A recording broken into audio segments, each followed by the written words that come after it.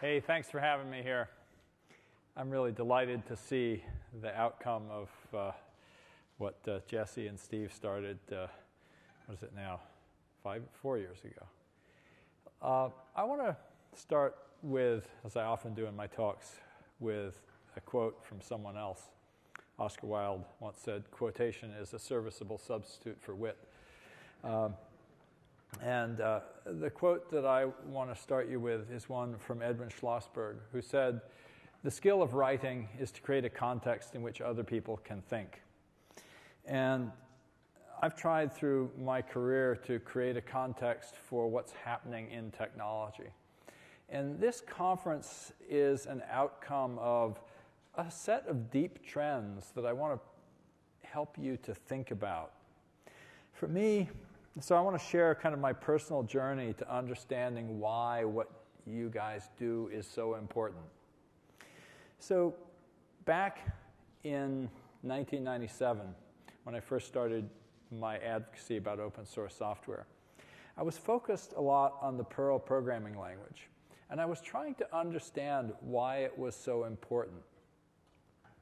And I started with a line that was originally came from Hassan Schroeder, who was Sun's first webmaster. He said, "Perl is the duct tape of the internet." And of course, you see the duct tape here in the covering the wires here. And I thought immediately of that. Oh, you know, you program with duct tape because things are changing all the time. And that kind of clued me into a way that software was changing fundamentally in the era of the web. It was no longer an artifact.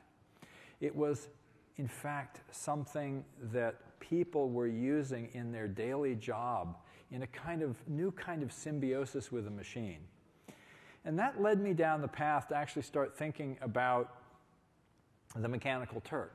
Not Amazon's Mechanical Turk, that wasn't out yet, but rather the original Mechanical Turk, von Kempelen's chess-playing automaton, so-called, from the late 1700s. The secret, of course, of the Mechanical Turk, which appeared to be this intelligent machine that could play chess, was that it had a man hidden inside. And I started to think, oh, this is one of the really interesting things that's true about web applications. They still have people inside of them. And people, everybody from web operations people, performance engineers, maybe even designers and writers, because web applications don't get done and released once every, at that point, Microsoft was the gold standard, and it was 4 or 5 years. They get released all the time. There's a kind of a symbiosis between man and machine. And so I started thinking more about that. And of course, then I realized that it wasn't just on the inside, it was also on the outside that we were building that new symbiosis. And the secret of, particularly this became clear after the dot-com bust in 2001, that the companies that had survived were ones that somehow had figured out to do what I later called harnessing collective intelligence. That is, they were also creating a symbiosis with their users. But it was still increasingly apparent that there was something very special about the people inside the machine. And I was thinking about that quite a lot. And in 2006, I was doing a series of sessions that were attached to the open source convention, and they were called OReilly Radar briefings. And in the course of them, I just was exploring various interesting themes that I was following, and this, of course, was one of them. And in the course of doing my research, I had a conversation with Deborah Schrappati, who at the time was the VP of Operations for Windows Live.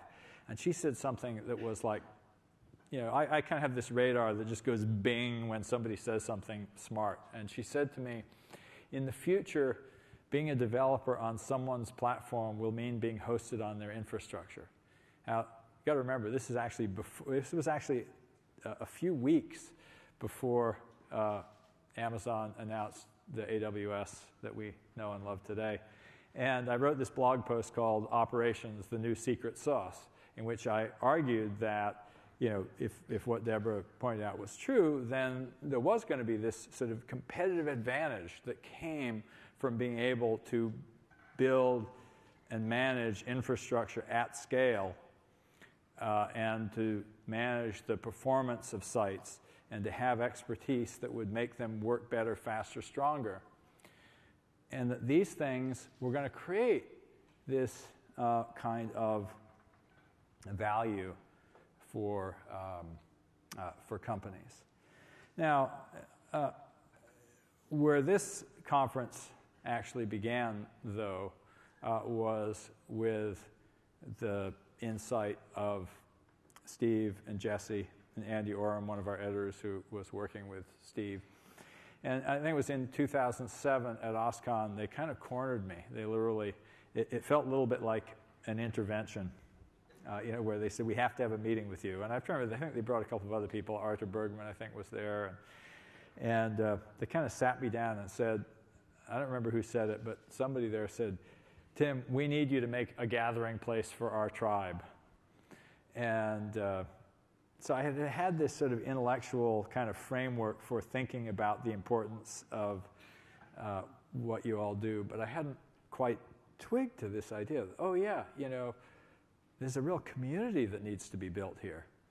And so we first organized a summit, and which was about 30 people, people who I think Jesse referred to as the big dogs at a number of sites. And these guys, it was clearly there was this massive amount of intellectual capital there, and people who really, really showed how much knowledge there was in this community that needed to be shared. And I've always, I define the mission of O'Reilly as changing the world by spreading the knowledge of innovators.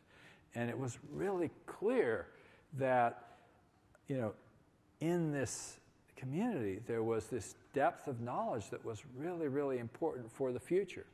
Because, of course, back when we first had a few really big sites, the storyline was that there would only be a few people who needed to have this knowledge. Clearly, they were wrong.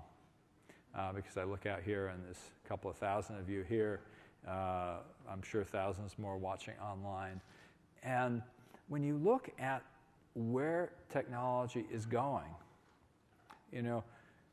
we haven't seen anything yet.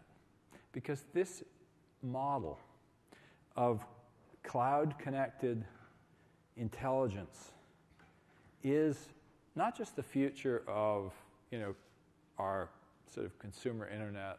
It's the future of our entire society. And there will be scale beyond, so far beyond what we have built so far. And there will be a demand for the kinds of skills that are going to build that future. And it's not written down anywhere. You guys are making it up as you go along. And the only way that people are going to learn how to build that future is from each other. And that's why it's so important for all of you to be here, for you to push the boundaries, to then share your failures, share your successes. Because when you look downstream 5, 10, 15, 20 years, we're building a global brain, which is a new kind of symbiosis of man and machine, in which we're augmenting our capabilities with computers, and we're augmenting the abilities of computers with ourselves, both as engineers building them, maintaining them, operating them, but also as users contributing our intelligence at the last mile of so many of the applications that we use. So, context. What you're doing really matters. I say to people, work on stuff that matters. And it's really clear to me that this community is at the heart of something really big.